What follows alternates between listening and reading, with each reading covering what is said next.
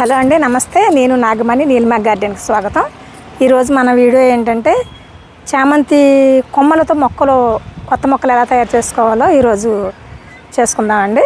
రండి చూపిస్తాను మీకు. ఇదిగోండి, దానికోసం నేను నార్మల్ సాయిల్ తీసుకున్నానండి. మనం మొక్కలు నాటుకోవడానికి ఏ విధమైన మట్టి తీసుకుంటామో ఆ మట్టి తీసుకున్నానండి.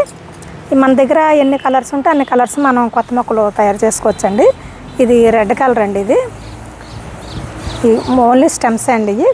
ఈ చివర కొంచెం ఆకులు తీసేసుకొని మనం పెట్టేసుకుంటే చాలా ఈజీగా ఏర్లు వస్తాయండి. మట్టి కొంచెం టైట్ ఉండాలండి, లూజ్గా ఉంటే ఏరు రాదు.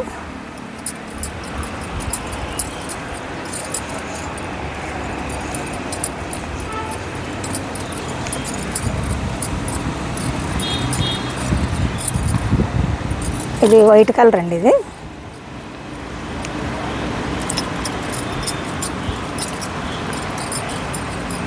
ఇప్పుడు మనం ఈ వర్షాకాలం మనం తొందరగా నాటుకుంటాయండి, వేర్లు తొందరగా వస్తాయి.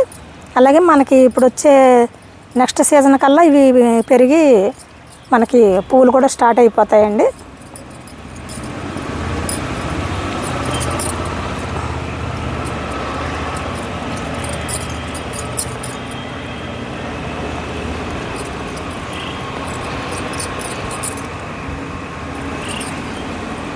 ఇది పింక్ కలర్ అండి. ఇది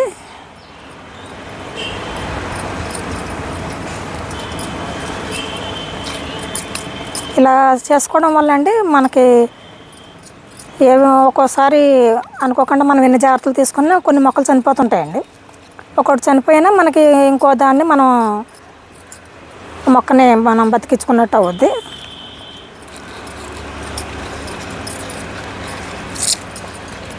వాటరింగ్ చేసుకుందాండి.